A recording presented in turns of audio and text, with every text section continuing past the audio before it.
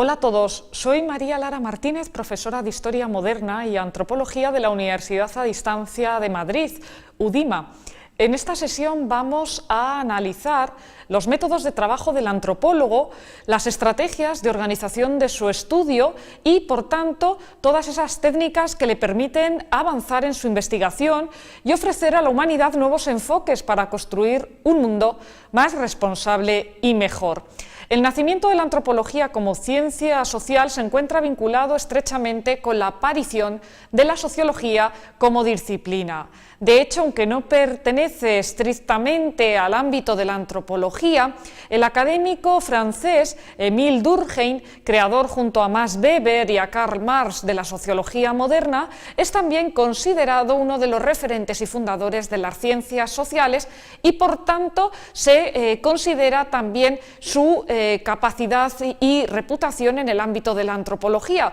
ya que estudió tanto los fenómenos de masas como las religiones de los aborígenes australianos. Si a mediados del siglo XIX la antropología estaba ligada a las ciencias naturales, a principios del XX la antropología empezaría a separarse de la sociología y se especializaría la primera en el diseño y en el estudio de procesos acaecidos en culturas lejanas, mientras que la sociología estudiaba las sociedades modernas. De este modo, los profesionales de la antropología se trasladaban a tierras distantes para examinar in situ las prácticas y los modos de vida mediante un estudio personal que recibe el nombre de etnografía. Y de este modo es como la etnografía se convirtió en una estrategia de investigación aplicada en sociedades más homogéneas cultural y socialmente que los países industriales. Actualmente esa divisoria espacial entre antropología y sociología, lugares distantes y lugares cercanos,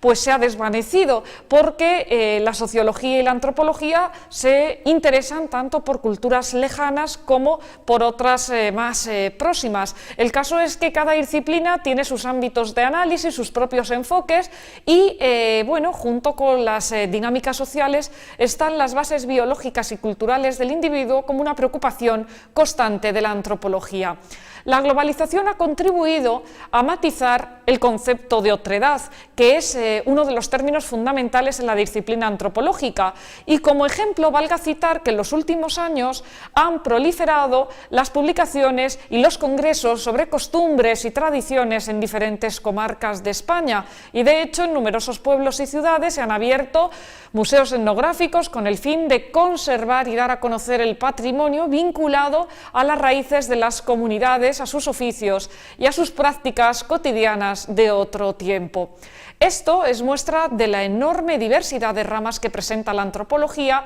y de la adopción de nuevos objetos de estudio por parte de esta ciencia. Y así, junto con la imagen mítica del antropólogo que se adentra en selvas y en junglas tratando de indagar sobre el modus vivendi de grupos tribales, percibimos que el campo de estudio de este investigador se halla también en su mismo entorno, porque, como podemos leer en el umbral de la entrada del Museo Nacional de Antropología en Madrid, parafraseando la inscripción que los 7 sabios pusieron en el templo de Delfos, Norce te ipsum, conócete a ti mismo. La antropología tiene como objetivo una comprensión de las culturas partiendo de sus propios parámetros y por eso la importancia del relativismo cultural como otro concepto clave y que además actúa como llave para el acercamiento a través del diálogo. De ahí que, como ya expusiera en el siglo V a.C. Sócrates, la pregunta sea capaz de hacer aflorar la verdad en un diálogo y por eso la pregunta es también un elemento decisivo para ramas como la etnografía y la etnología.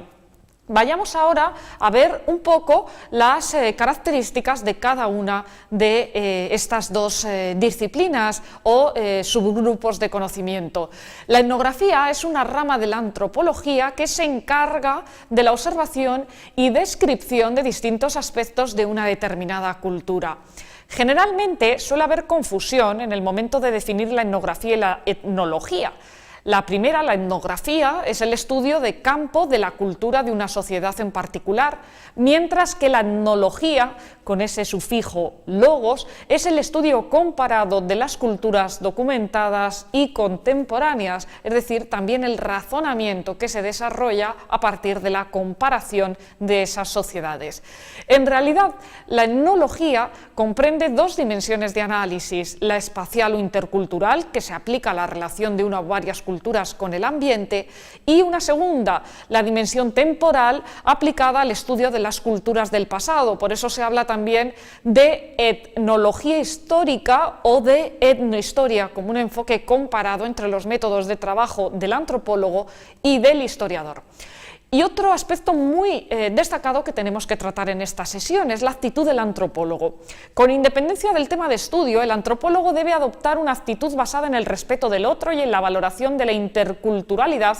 como un fenómeno positivo. En primer lugar, el antropólogo debe dejar a un lado sus propias ideas e interpretaciones y debe describir el espacio a estudiar de la manera más aproximada que sea posible, especialmente teniendo en cuenta la perspectiva del nativo. El antropólogo se sumerge sin prejuicios en la cultura del otro para aprenderla, para captarla, y esto supone un desarrollo de ese sentimiento de la empatía, de ponerse siempre en el lugar de otro. Y desde el punto de vista antropológico, todos los pueblos y culturas son igualmente merecedores de estudio. Los antropólogos, por tanto, pensamos que la única forma de conseguir un conocimiento profundo de la humanidad es estudiar tanto las tierras lejanas como las cercanas, y también las épocas remotas y los signos actuales. En segundo lugar, los antropólogos tienen que tener un amplio conocimiento de la teoría social, de los métodos, de las técnicas de investigación, porque este conocimiento es clave para planificar el trabajo de campo y para guiar las observaciones e intuiciones que se tienen sobre la marcha cuando se está examinando un tema en cuestión. Y además, los antropólogos tenemos que saber contextualizar los fenómenos para poder ofrecer una interpretación razonada de sus causas. Una cultura debe ser examinada como un todo, por lo que las conductas culturales no pueden ser interpretadas sin tener en cuenta el contexto en el que surgen, el contexto en el que se producen. Por último, los antropólogos debemos saber describir y percibir con minuciosidad aquellas cuestiones que a los miembros de una comunidad les pueden llegar a resultar hasta normales, porque forman parte de su rutina diaria, pero al observador externo pues le pueden llamar la atención. Por eso es importante la introducción del investigador en la comunidad como un sujeto más, para conocer en mayor profundidad esa cultura y para que no exista ningún tipo de barrera o prejuicio. Y también para que la empatía, que hemos dicho que tiene que ser una actitud del antropólogo, pues no llegue a provocar que haya situaciones a documentar que le parezcan familiares. La investigación podrá adoptar un enfoque EMIC, teniendo en cuenta el punto de vista del nativo, o ETIC, si se adopta la perspectiva del observador. Y bueno, espero que hayáis aprendido nuevos conceptos en esta sesión sobre las técnicas del trabajo etnográfico y etnológico, y nos despedimos hasta la próxima clase.